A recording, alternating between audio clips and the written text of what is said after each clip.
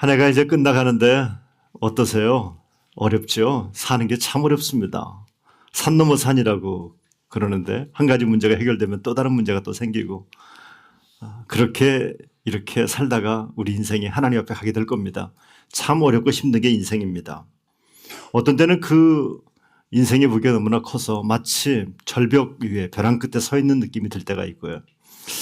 그럴 때는 꿈을 꿔도 꼭 막 날개도 없는데 막 낭떠러져서 떨어지는 새가 되는 모습이 될 때가 있고 또 막 다리를 건넌 다리가 그냥 갑자기 뚝 끊어지는 그런 꿈을 꿀 때도 있고 그런 절망적 상황에 놓일 때는 심리적 상태가 그런 것 같습니다. 저마다 다 무거운 짐들을 다 가지고 살아가고 있습니다. 그래서 저는 성탄절이 이렇게 연말에 있는 게 너무나 감사해요. 왜냐하면 우리가 연초에 뭔가 시작했다가 한 3월 정도부터는 기운을 잃잖아요. 안 되는구나. 나는 뭘 해도 안 될 인생인가 보다. 그렇게 자꾸만 힘든 일들이 반복되다가 연말쯤 됐는데 성탄절이 있어요. 그래서 성탄절 추리를 보면서 위로를 받고 성탄절을 통해서 그리스도 예수님이 이 땅에 오셨지라는 그런 얘기를 들으면서 위로를 받는 겁니다. 그래서 교회는 세상의 소망입니다. 아멘. 인간이 희망이 있을 때 어떤 무거운 짐도 감당할 수 있습니다. 희망이 우리를 버티게 하는 힘인 것을 저는 믿습니다. 안타깝게도 우리 인간에게는 아주 무시무시한 바이러스가 하나가 있어서 그 바이러스가 공동체를 개인을 완전히 망가뜨리게 하는 경우가 있죠. 그것이 절망이라고 하는 바이러스입니다.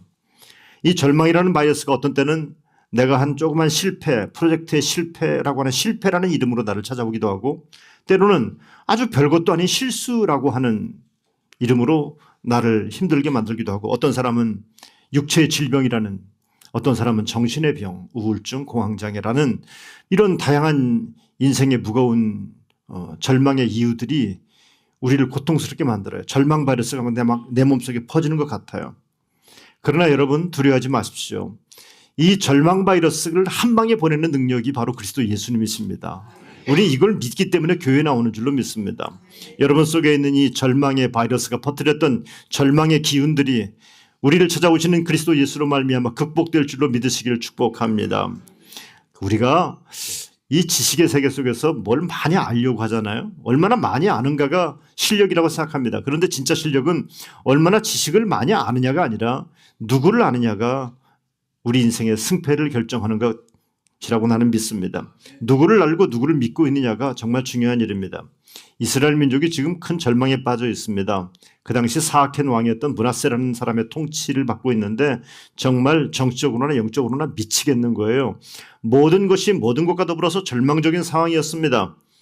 백성들은 어깨에 힘이 다 빠졌어요. 하나님이 보실 때 손이 다 그냥 맥을 쭉 이렇게 늘어뜨리고 있는 것 같았어요. 어쩌면 우리들이 사는 형국도 비슷한 것 같습니다. 많은 사람들이 연초에는 뭔가 해보겠다고 한번 의욕을 갖다가도 연말쯤 되면은 뭐 다 그냥 맥을 놓고 있는 형국이 돼버리고 말았습니다. 뭔가 잘 해보려고 했는데 안 됐어요. 영적으로도 그렇죠. 내가 연초에는 정말 믿음 생활 잘 해보리라 했는데 12월쯤 돼서 보니까 영적으로 내가 완전히 망가진 것을 발견하는 경우도 상당히 많습니다. 은혜를 받을 때는 승승장구하는 것 같다가도 어느 때 은혜로부터 내가 완전히 버림받은 것 같은 느낌이 들 때가 종종 교우들에게도 있지 않습니까? 그래서 절망하게 되는 것 아니겠습니까? 절망하고 낙심한 사람들이 가득한 오늘 이 세상, 모든 것이 힘들고 생각대로 되지 않는다고 침통해하는 이 세상에 우리가 살아가고 있습니다. 특히 주변을 보면은 몸의 질병이 얼마나 많은 아픔들이 있는지, 얼마 전에 병원에 가보니까 차를 댈 데가 없을 정도로 환자들이 많아요. 얼마나 환자들이 많은지, 특별히 정신적인 고통을 앓고 있는 분들 또한 얼마나 많은지 모릅니다. 한국 사람들은 정신적인 고통을 마음의 병을 알아도 병원을 가려고 하지 않아요. 특별히 교인들은 마음의 병을 앓으면 병원을 안 갑니다. 정신과 병원을 가면 마치 미친 사람처럼 취급을 하는 거예요. 귀신 들린 사람 취급을 하는 겁니다. 절대로 그렇지 않습니다. 우리가 감기 걸리면 내과 가서 약을 먹는 것처럼 우리 몸에 정신의 세계, 마음의 세계 병이 걸리면은 정신과에 가서 약을 타다 먹어도 굉장히 신앙적으로 좋은 겁니다. 전혀 문제가 되지 않습니다. 그렇게 우리는 육체적, 정신적 고통을 겪고 그렇게 어려운 가운데 살아가고 있습니다. 우리의 손이 다 늘어뜨린 것 같아요.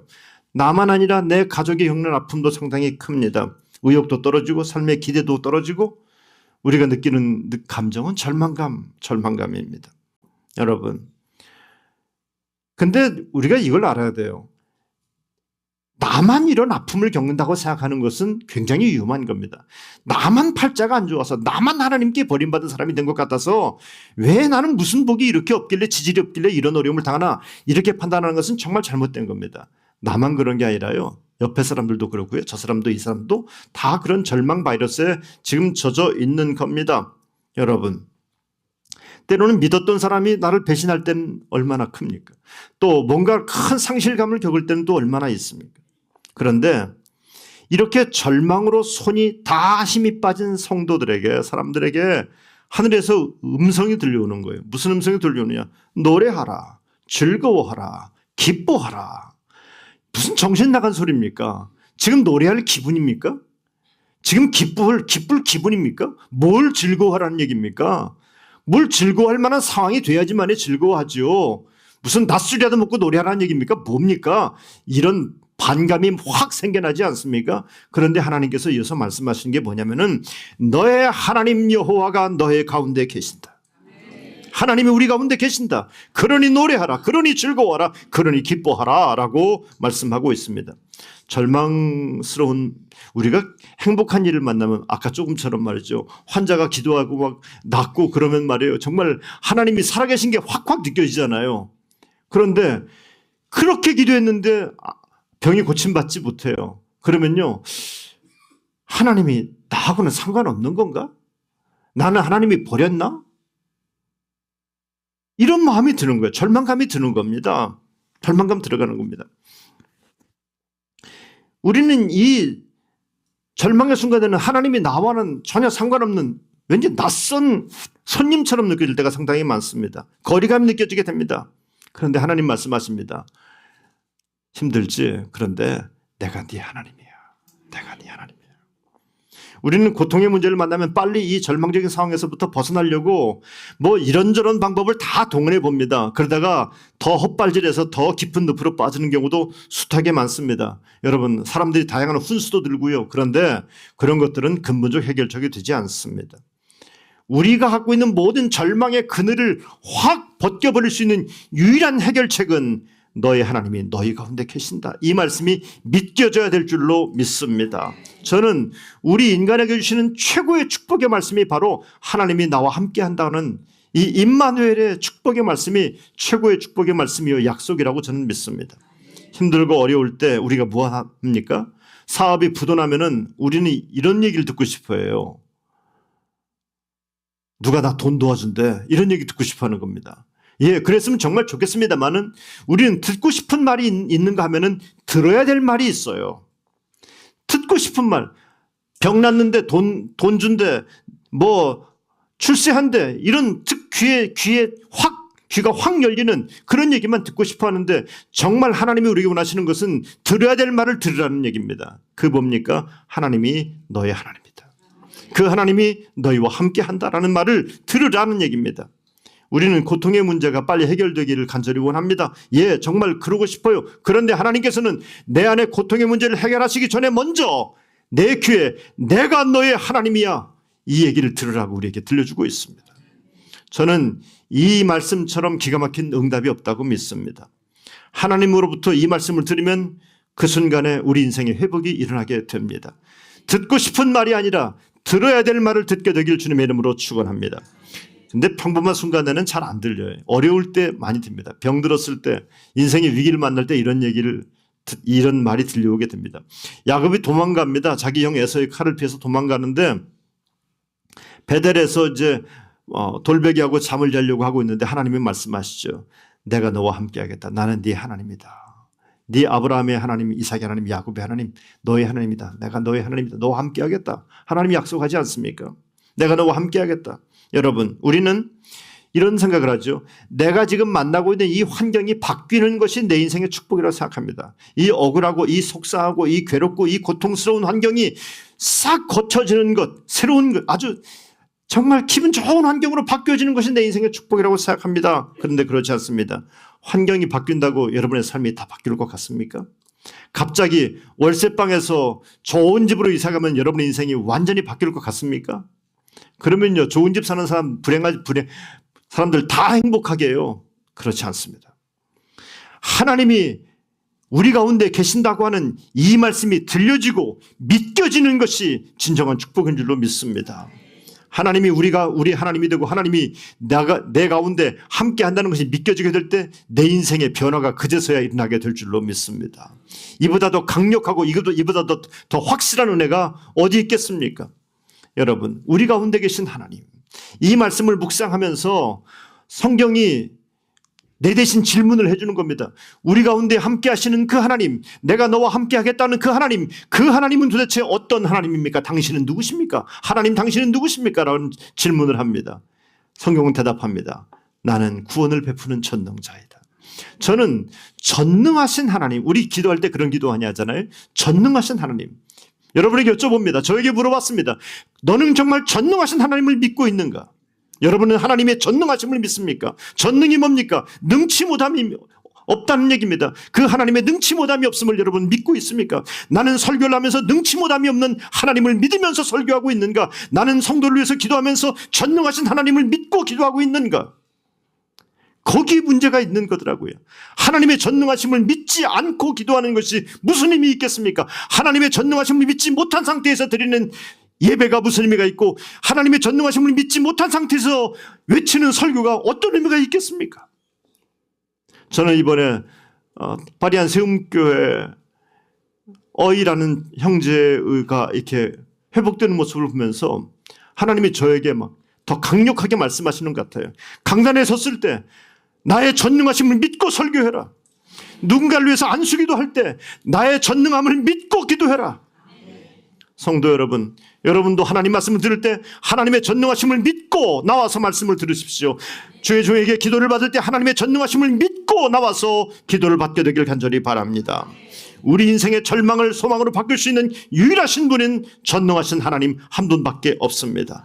그 하나님께서 우리의 죽고 사는 문제를 그 하나님의 손에 달려있는 겁니다. 그 하나님께서 역사하시는 겁니다. 하나님 한 분 외에는 누구도 의지할 분이 없습니다. 여러분, 우리는 때로는 어떤 인생의 사건이 내 인생의 승패를 결정한다고 생각합니다. 불행한 일을 만나면 나는 정말 실패한 인생이고 정말 끝난 인생이라고 스스로를 정죄합니다. 그러나 여러분, 천만의 말씀입니다. 여러분이 경험했던 그 불행했던 어떤 사건이 여러분의 인생을 결정하지 않습니다. 내 인생은 하나님의 손에 달려 있습니다. 하나님이 내 인생을 결정합니다. 믿으십니까? 그러니 과거에 경험했던 여러분이 불행했던 한 사건을 거기에 얽매여 있지 않게 되기를 바랍니다. 그 사건이 마치 내 인생을 결정할 것처럼 그렇게 판단하지 않게 되기를 바랍니다. 하나님의 손에 의해서 내 인생이 움직여짐을 믿으시길 간절히 바랍니다.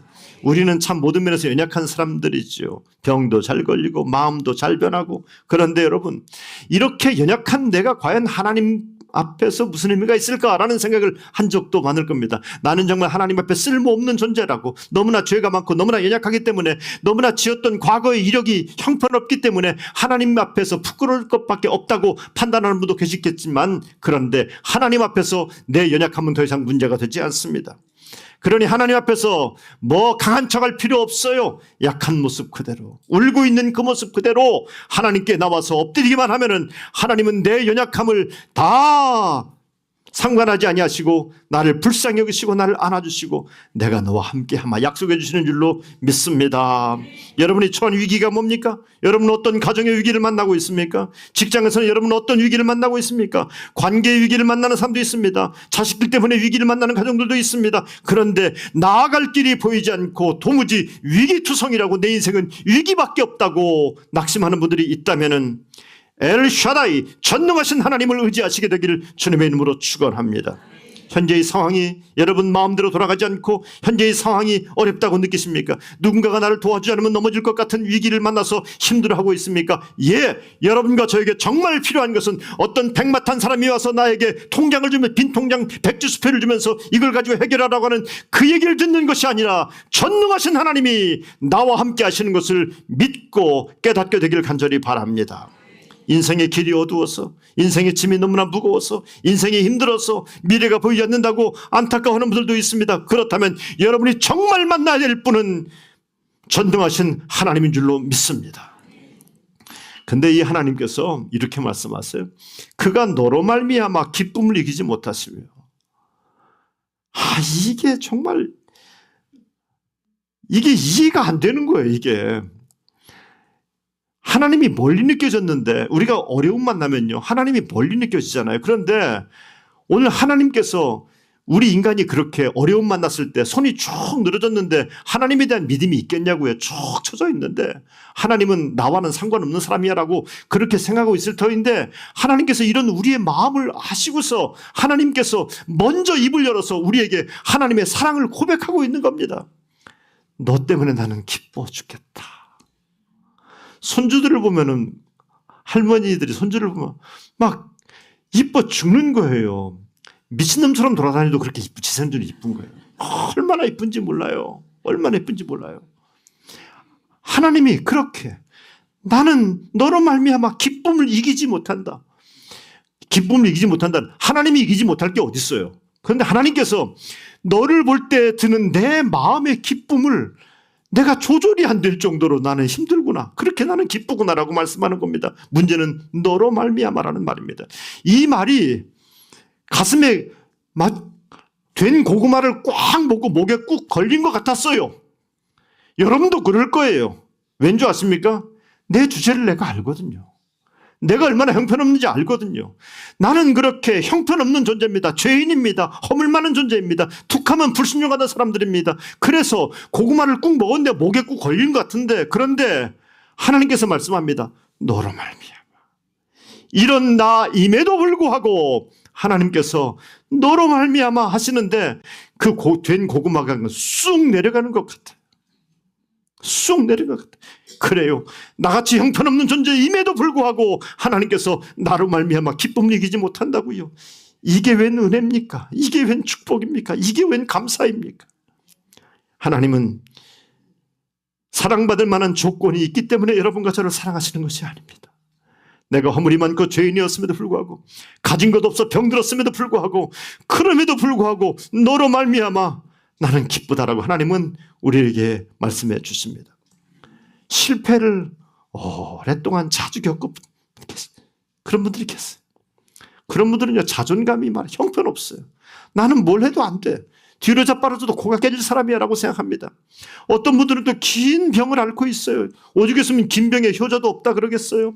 병을 오래 앓다 보니까 누군가가 안색이 안 좋아 이런 말만 해도 기분이 나빠요. 어디 요즘은 좀 괜찮아요 이런 말도 듣기 싫어요. 그렇게 긴 병을 앓다 보니까 마음의 상처가 커지고 자존감은 떨어집니다. 그래서 하나님도 나를 사랑하지 않는 것 같다라는 마음이 들 때가 있습니다. 그런데 들으십시오. 하나님은 너로 말미암아 기쁨을 이기지 못하신다 그랬어요. 이걸 좀 쉽게 보면 이거예요. 난 너만 보면 기뻐. 너만 보면 좋아. 마치 사랑하는 정말 남녀가 너무 좋아 죽겠는 거예요. 너만 보면 기뻐. 이런 연애 편지가 어디 있습니까? 이런 거 적어놨다가 남편한테 좀 보내요. 너만 보면 기뻐. 너만 보면 기뻐. 하나님이 나와 함께 하신다는 겁니다. 여러분, 하나님이 이 하나님의 사랑을 담아서 나와 함께 하시겠다고 하시는 약속을 역사적인 어떤 사건 속에서, 역사의 어떤 시점에서 사건으로 만드셨는데 그 사건이 바로 성탄절입니다. 마태복음 1장 23절은 이렇게 말합니다. 보라, 처녀가 잉태하여 아들을 낳을 것이요 그의 이름은 임마누엘이라 하리라 하셨으니 이를 번역한즉 하나님이 우리와 함께 계시다 함이라. 하나님이 나와 함께 하신다. 꿀 떨어지는 하나님께서, 나만 보면 너만 보면 기뻐하시는 하나님께서 나와 함께 하시고 계십니다. 하나님은 나와 함께 하기 위해서 이 땅에 오신 하나님이십니다. 물론 우리가 주의 백성이라 그래서 날마다 하나님의 임재를 날마다 경험할 수만 있다면 아주 당당하게 살 수 있을 텐데 그러지 못한 경우도 상당히 많습니다. 야곱이 그런 고백하잖아요. 주께서 여기 함께 계셨는데 우리가 깨닫지 못했습니다. 이런 고백하잖아요. 엠마오로 내려가던 두 제자도 말하잖아요. 주님이 우리가 걸어왔던 그 길에 늘 함께 하셨는데 우리가 몰랐습니다. 그래요. 우리는 많은 경우에 하나님이, 이 좋으신 하나님이 나와 함께하는 것을 몰라요. 잊고 살아요. 혼자 괴로워해요. 혼자 절망하고 혼자 낙심하고 있는 겁니다.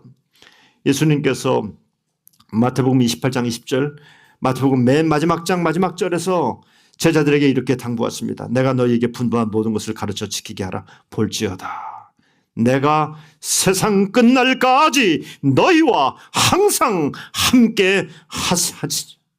함께 하시리. 마지막 절에 주님께서 제자들에게 하셨던 이 말씀은 오늘 여러분과 저에게도 동일하게 역사하시는 줄로 믿습니다. 임마누엘 되신 주님께서 나와 함께 하시면 제자들은 두렵지 않았습니다. 당당했습니다. 담대하게 나아갈 수가 있었습니다. 임마누엘 주님은 우리가 죄인 되었을 때, 하나님과 원수가 되었을 때 찾아오셨습니다. 하나님은 우리를 사랑하셨습니다. 사랑받을 만한 이유가, 내가 사랑해줘야 될 이유가 전혀 없는데, 그런데 하나님은 나를 그렇게 사랑하셨습니다.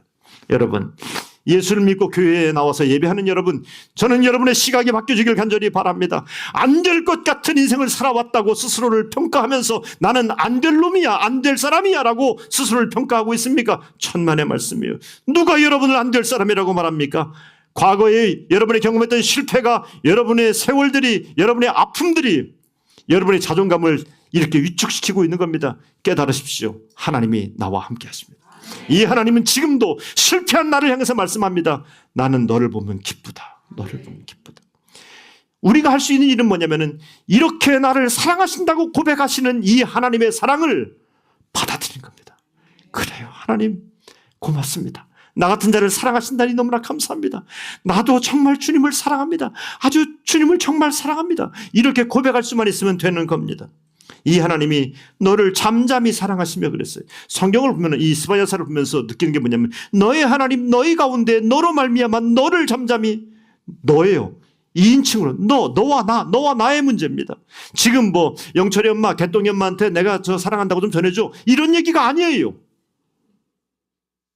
너를, 마치 사랑할 대상이 이 땅에 나 하나밖에 없는 것처럼 그렇게 나 하나만 놓고서 하나님께서 난 너를 사랑한다라고 말씀합니다.